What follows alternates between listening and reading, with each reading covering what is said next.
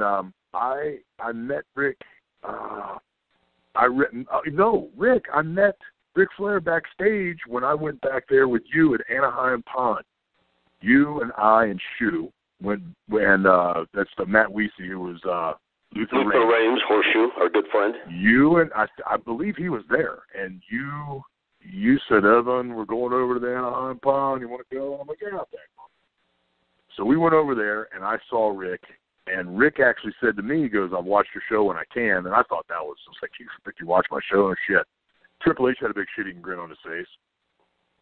And then I ended up doing a show, and John, you might remember the show. It was called Morning Pizza. Do you remember Morning Pizza? Yeah, it sounds very, very familiar. It was on ESPN. Cold pizza. You're right, cold pizza. I'm sorry, Morning Pizza. I'm thinking of Morning Joe. Right. And I walk in, and Rick is there. And he had remembered seeing me at the pond. And he gets up and shakes my hand, and we talk. We were in the green room. And he said, Evan, I'm going to be in Santa Monica. I'm going to be in L.A. on this such and such a date. So long ago, I can't remember. And he goes, here's my number. Call me, and on this, and we'll go out. And he ended up being at the Viceroy in Santa Monica. And he just said, hey, I'm going to be here for 4 or 5 days. Get a room, and we'll go out and grab drinks. I'm thinking, wait a minute. I mean, this what turned out to be just dinner with he and his wife, and his wife was flying back to Charlotte, and he just wanted to find a party partner. And I was dating a girl at the time named Lisa Ligon, who was not bad to look at. She was pretty easy on the eyes, and she had some friends, and we all went. And I don't even know the name. I can't remember the name of this club. It might have been Push or Shush, or I don't know what the hell it was. And it was in L.A. And we went out there, and I'll tell you the Ric Flair story that no one's ever heard. We were all at a table, and this place. I got to figure out the name of this club, but it was Hugh Hefner used to go there on Friday and Saturday nights, and he'd have his girls with him. And we're all at a table, and we've got a nice selection of girls at our table because Lisa ran a dance group called Perfect Angels, and I think they're still around, and they do these dance. They're like Harley Davidson cheerleaders. They go around all these big Harley, and she's actually made a good career out of it. And we have I'm looking at her. I googled her while we're on the phone. She is definitely not horrific looking by any means. No, and a sweetheart. I mean, an absolute sweetheart. Not one of these girls that thinks her shit doesn't stink. I mean, she was just as genuine as it comes. And right under her name, under related searches, it says Lisa Ligon husband, and your photo is there. I kid you not. Anyway, I thought you might want to know that. Well, I never married her. So. Fair enough. But that's what it shows. Anyway, this is a great Ric Flair story, and this is not a knock on Rick. This is how he really believed in who he was. I went over because I'd already been to the Playboy Mansion 1 or 2 times.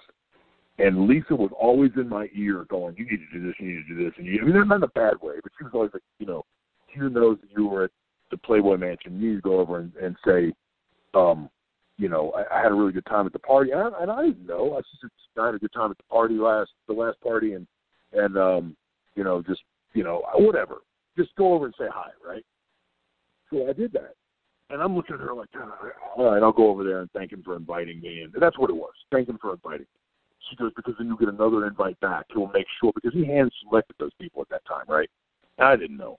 This is who? This is Hugh Hefner we're talking about? Hugh Hefner, right. So I go over to now Rick and the girls are sitting at the table.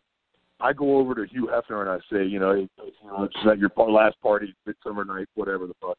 And I didn't say it like that, but I said, and I just want to thank you for the invite. It was a lot of fun, and hope you're having a good night. And he looked at me and he said, hey, thank you so much.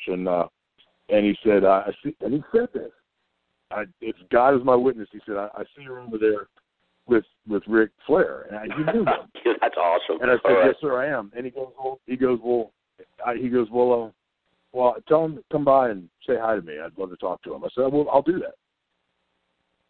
I go back to the table, and I sit down, and I'm sitting next to Rick.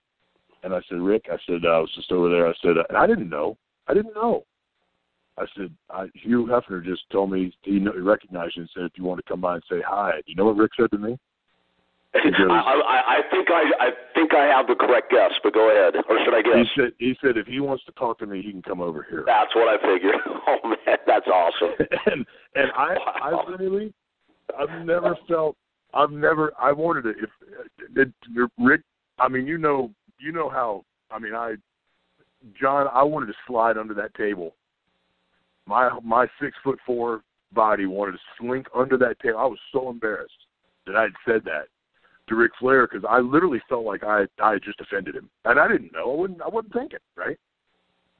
But anyway, so that was a one night outing, and then the one you guys probably want to hear is we were sitting there by the pool, and he had just had shoulder surgery, and he just looked over at me, and he had known that I knew guys like Matt, Rick. He knew that I knew Matt, and he knew, you know, that I had kind of known a couple of the guys backstage, like John.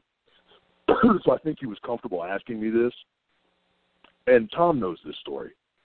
But he just looked over at me like it was no big deal, and he goes, "Hey, I can't reach." He goes, "I'm having a hard time with my shoulder," and he was. I mean, he wasn't saying he was a damn good. You know, he was damn good at faking it because everywhere we went, he looked like he was really not doing well with his shoulder. And he goes, "Can you stick me?" And I said, "Yeah, sure. What do you got?" He goes, "Well, I got it up in the room." So my claim to fame is that I stuck. I think it was Decca. Yeah, I think I stuck Ric Flair with Decca in his hotel room. There's my Ric Flair. Well, that's a visual I'm going to try to not carry with for too long, but I appreciate that. But Rick, I mean, you know, not in a lot of guys, you know, that were back then that we were all training. A lot of guys didn't like needles, and you know, with my heroin addiction back, no, I'm kidding. No, with my, I just didn't bother them. I don't like razors, so I would have never been good at, you know, getting color. But needles never bothered me. So just a lot of guys would say, can you stick me? Because I just can't do it. And I'd be like, yeah. But I would always tell them. I remember it well. Sure.